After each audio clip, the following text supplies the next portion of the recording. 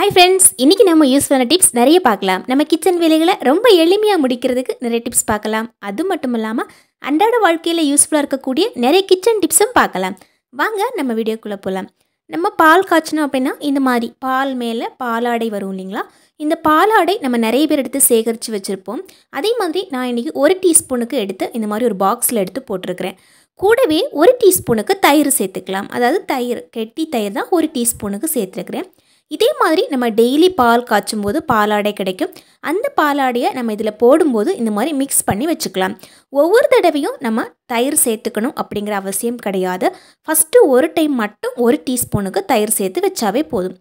இப்போ நான் ஒரு பாக்ஸ் ஃபுல்லாகவே இதை கலெக்ட் பண்ணி வச்சுருக்கிறேன். இப்போ நாம் ஒரு மிக்ஸி ஜார் எடுத்துக்கலாம். இந்த மிக்ஸி ஜாரில் பாதிக்கு போட்டுக்கலாம். முழுசாக நம்ம போட்டோம் அப்படின்னா செய்ய முடியாது.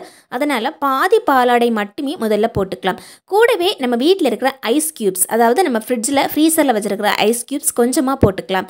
இப்போ நாம் மிக்சியில் வச்சு ஒரு 2-3 தடவை நல்லா பீட் பண்ணி எடுத்துக்கலாம். இதனால் வெண்ணெய் தனியாக தண்ணி தனியாக நமக்கு பிரிஞ்சு கிடைக்கும். முதல்ல அடித்ததை நம்ம ஒரு பாத்திரத்தில் எடுத்து போட்டுக்கலாம். அதே மாதிரி இன்னொரு பாதி அதே பாக்ஸில் இருந்தது இல்லைங்களா, அந்த பாக்ஸில் இருந்ததை மறுபடியும் இந்த மிக்ஸி ஜாரில் எடுத்து போட்டுக்கலாம். கூடவே கொஞ்சம் ஐஸ் க்யூப்ஸ் போட்டு இதே மாதிரி 2-3 தடவை நல்லா பீட் பண்ணி எடுத்துக்கலாம். இதில் நம்ம முக்கியமாக கவனிக்க வேண்டிய விஷயம் என்னென்னா, முதல்லையே நம்ம பாலாடை எடுத்து வைக்கும்போது கொஞ்சமாக தயிர் சேர்த்து வைக்கிறது தான். இந்த மாதிரி நம்ம தயிர் சேர்த்து வைக்கிறதால அந்த பாலாடை கெட்டு போகாமல் இருக்கும். அது மட்டும் இல்லாமல் வெண்ணெயை ரொம்ப ஈஸியாக நம்ம பிரித்து எடுத்துடலாம். இதை நம்ம மத்து போட்டு கடையணுன்னோ அல்லது கிரைண்டரில் போட்டு சுற்றணுன்னோ கிடையாது. ரொம்ப ஈஸியாக நம்ம தண்ணியில் போட்டாவே கையில் அப்படியே வெண்ணெய் மட்டுமே வரும் பாருங்கள். கொஞ்சம் கூட நம்ம கையில் ஒட்டவே ஒட்டாது. இதை நம்ம அப்படியே எடுத்து கடாயில் போட்டு காய்ச்ச வேண்டியதுதான். அல்லது நம்ம ஃப்ரிட்ஜில் ஸ்டோர் பண்ணி வச்சுட்டு எப்பப்போ நமக்கு நெய் தேவைப்படுதோ அந்த டைமில் நம்ம வெளியே எடுத்து நெய் காய்ச்சி எடுத்துக்கலாங்க. இப்போ பார்த்தீங்கன்னா நான் கடாயில் போட்டுட்டேன். போட்ட உடனேயே ஃபுல்லாக நமக்கு இந்த மாதிரி பிரிஞ்சு வந்துடுது. நம்ம நார்மலாக செய்கிறத விட இந்த மெத்தடில் செய்யும்போது ரொம்ப ஈஸியாக நமக்கு நெய் கிடைக்கும். அதே மாதிரி அதிகமாக வேஸ்ட் ஆகாமல் இருக்கும். இதில் அதிகமாக வேஸ்டேஜ் இல்லாத காரணத்தால் சீக்கிரமாக நெய் காய்ச்சி கிடச்சிடும். அதுவும் 10 நிமிஷத்தில் ரொம்ப ஈஸியாக நம்ம இந்த மாதிரி ப்ரிப்பேர் பண்ணிக்கலாம். அடுத்ததாக ரொம்ப யூஸ்ஃபுல்லான டிப்ஸ் தான் பார்க்க போகிறோம். இப்போ நான் பச்சரிசி எடுத்து வச்சுருக்கிறேன். இந்த பச்சரிசி பார்த்தீங்கன்னா ரேஷன் கடையில் வாங்கின பச்சரிசி தான். இந்த பச்சரிசி ஒரு 1/2 கிலோ அளவுக்கு எடுத்து வச்சுருக்கிறேன். அதாவது இந்த டம்ளர் அளவுக்கு பார்த்தீங்கன்னா 2 டம்ளர் அளவுக்கு இருக்கும். ஒன்று 1/2 கிலோ எடுக்கலாம் அல்லது டம்ளர் அளவில் கூட எடுக்கலாம். இந்த டம்ளரில் 2 டம்ளர் அளவுக்கு போட்டிருக்கிறேன். பச்சரிசி மட்டுமே 2 டம்ளர் அளவுக்கு போட்டாச்சு. இப்போ நம்ம அதே டம்ளரில் 1 டம்ளர் அளவுக்கு புழுங்கலரிசி போட்டிருக்கிறேன். புழுங்கலரிசி இது நீட்ட அரிசி அப்படின்னு சொல்லுவாங்க. இதே மாதிரி குண்டரிசியும் இருக்குது. சப்போஸ் நீங்கள் குண்டரிசி யூஸ் பண்ணீங்க அப்படின்னா பச்சரிசி கம்மியாக சேர்த்துட்டு புழுங்கலரிசி அதிகமாக சேர்க்கணும். இதுவே நீட்டரிசி சேர்த்தோம் அப்படின்னா புழுங்கலரிசி கம்மியாக சேர்த்துட்டு பச்சரிசி அதிகமாக சேர்த்துக்கலாம். இப்போ நம்ம 1 டீஸ்பூனுக்கு வெந்தயம் சேர்த்துட்டு நல்லா வாஷ் பண்ணி எடுக்கலாம். ரொம்ப முக்கியமான விஷயங்க, நம்ம ரேஷன் அரிசி யூஸ் பண்ணுறதா இருந்தால் முதல்லையே 2-3 தடவை நல்லா கை வச்சு பிசைஞ்சு நம்ம வாஷ் பண்ணிவிட்டு அதுக்கப்புறமா நல்ல தண்ணி ஊற்றி நல்லா ஊற வைக்கணும். காரணம் என்னென்னா, நம்ம நல்லா வாஷ் பண்ணாமல் அப்படியே ஊற வைக்கும்போது அந்த இட்லி செய்யும்போது நல்ல வெள்ளை கலரில் வராது. இப்போ நான் உளுந்து அதே டம்ளரில் பாதி டம்ளர் அளவுக்கு எடுத்துருக்கிறேன். பாருங்கள், அதே டம்ளர் தான் பாதி டம்ளர் அளவுக்கு எடுத்துருக்கிறேன். இந்த உளுந்து பார்த்தீங்கன்னா 75 கிராம் அளவுக்கு இருக்கும். இப்போ நம்ம உளுந்தையும் போட்டாச்சு. தேவையான அளவுக்கு தண்ணி ஊற்றி நல்லா இதையுமே வாஷ் பண்ணி எடுத்துக்கலாம். உளுந்து ஊற வைக்கிறதுக்கு முன்னாடியே நல்லா கழுவிட்டு அதுக்கப்புறமா நம்ம குடிக்கிற தண்ணியில் நல்லா ஊற வைக்கணும். அப்போ தான் நமக்கு நல்லா உளுந்து புசு புசுன்னு பொங்கி வரும். நாம் எப்போவுமே இட்லி தோசை ப்ரிப்பேர் பண்ணுறதுக்காக கிரைண்டர் தான் யூஸ் பண்ணுவோம். அந்த மாதிரி கிரைண்டர் யூஸ் பண்ணாமல் ரொம்ப ஈஸியாக நம்ம இதை ப்ரிப்பேர் பண்ணி எடுத்துக்கலாம். இதை நாம் ஊற வைக்கும்போதே ஃப்ரிட்ஜில் இந்த மாதிரி ஊற வச்சுக்கலாம். பாருங்கள், இந்த மாதிரி ஃப்ரிட்ஜில் வைக்கும்போது ரொம்ப ஈஸியாக நமக்கு ஊறி கிடச்சிடும். இப்போ 2மே 4 மணி நேரம் நல்லா ஊறிடுச்சு. இப்போ நான் வெளியே எடுத்து வச்சுருக்கிறேன். நம்ம கையில் எடுக்கும்போதே நல்லா சில்லுன்னு இருக்கும். இதுலேயே முக்கியமான ஒரு விஷயம் இருக்குது. அது என்னென்னா, முதல்லையே நம்ம அரிசியை அரைக்காமல் முதல்ல நம்ம உளுந்து அரைக்கணும். இதுவே கிரைண்டரில் அரைச்சாலுமே முதல்ல நம்ம உளுந்தை போட்டு அரைக்கிறது தான் ரொம்பவே நல்லது. அப்போ தான் நமக்கு உளுந்து நல்லா புசு புசுன்னு வரும். கூடவே 1 கப் அளவுக்கு சாப்பாடு சேர்த்துருக்கிறேன். அது மட்டும் இல்லாமல் கூடவே நம்ம சமையலுக்கு யூஸ் பண்ணுற குக்கிங் ஆயில், அதாவது சமையல் எண்ணெய் 1 டீஸ்பூனுக்கு சேர்த்துருக்கிறேன். இதுவே நீங்கள் 1 வாரம் வரைக்கும் வச்சு இந்த மாவை யூஸ் பண்ணுறீங்க அப்படின்னா இதில் நீங்கள் சாப்பாடு சேர்க்கவே கூடாது. 2 நாளுக்கு அப்புறமா இந்த சாப்பாடு சேர்த்த மாவு நல்லா புளிச்சு போயிடும். அதனால் நம்ம சாப்பாடு சேர்க்கறதுக்கு பதிலாக அவல் சேர்த்துக்கலாம். இது எனக்கு 2 நாளில் காலியாகிற காரணத்தால் நான் இன்றைக்கி சாப்பாடு சேர்த்துருக்கிறேன். உளுந்து அரைக்கும் போது பார்த்தீங்கன்னா கொஞ்சம் உளுந்துக்கு சமமான அளவு தண்ணி வச்சு நல்லா அரைச்செடுக்கணும். அப்போ தான் நல்லா புசு புசுன்னு வரும். அடுத்ததா நம்ம அரிசியை சேர்த்துக்கலாம். அரிசி போடும்போது பார்த்தீங்கன்னா முக்கியமான விஷயம், இந்த மிக்ஸி ஜாரில் பாதி அளவு தான் நம்ம சேர்க்கணும். மிக்ஸி ஜார் பொங்க பொங்க முக்கால் அளவுக்கு போட்டு வச்சுட்டு நம்ம அரைச்சோம் அப்படின்னா சரியாக அரையவே அரையாதுங்க. ஒரு மாதிரி குறுன்னு அதில் இருந்துகிட்டே இருக்கும்.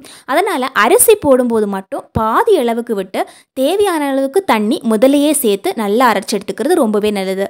இதுவே கொஞ்சமாக தண்ணி ஊற்றினோம் அப்படின்னா இறுக்கமாக இருக்கும், நமக்கு நல்லா அரையாது. அது மட்டும் இல்லாமல் நம்ம தண்ணி கம்மியாக ஊற்றி அரைக்கும் போது மோட்டர் பார்த்திங்கன்னா சீக்கிரமாக சூடாயிடும். இதனால் மிக்ஸியும் ஸ்பாயில் ஆகிறதுக்கு நிறையவே சான்ஸ் இருக்குது.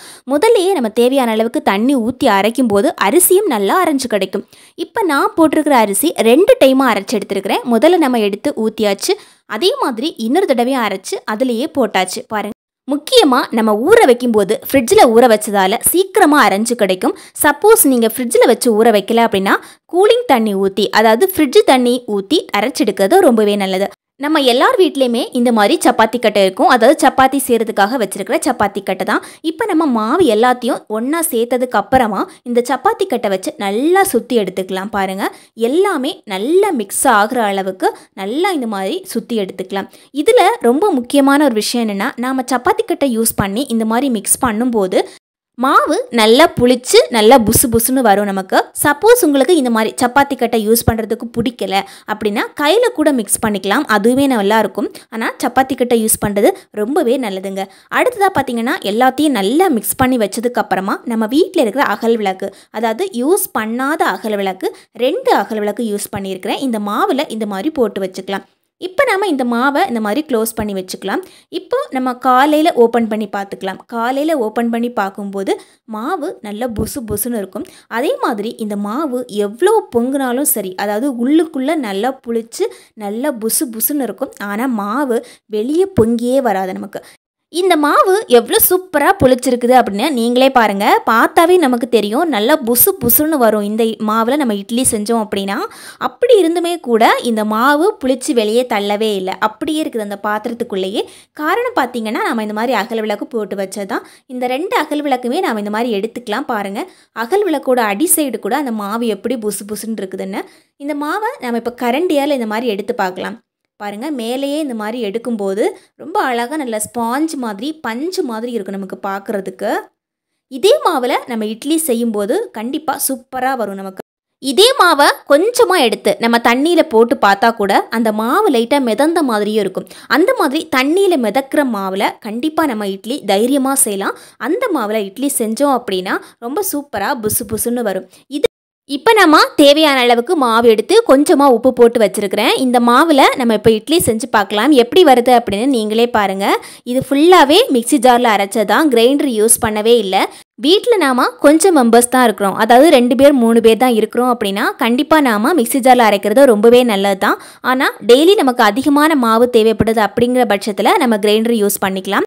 இப்போ நமக்கு இட்லி வெந்துடுச்சுங்க. இப்போ ஒரு பிளேட்டில் நான் எடுத்து வச்சுக்கிறேன். இந்த பிளேட்டில் எடுத்து வச்சுட்டு நான் உங்களுக்கு பிச்சு காமிக்கிறேன் எப்படி இருக்குதுன்னு பாருங்கள். உள்ளே நம்ம பார்க்கும்போது நல்லா புசு புசுன்னு இருக்கும். அதே மாதிரி நம்ம பிக்கும் போதும் ஒரு கேக் மாதிரி இருக்கும் நமக்கு. இந்த டிப்ஸ் எல்லாம் உங்களுக்கு ரொம்ப பிடிச்சிருக்கும் அப்படின்னு நினைக்கிறேன். அதே மாதிரி ரொம்ப யூஸ்ஃபுல்லாக இருக்கும் அப்படின்னு நினைக்கிறேன். தேங்க்யூ ஃபார் வாட்சிங் ஃப்ரெண்ட்ஸ்.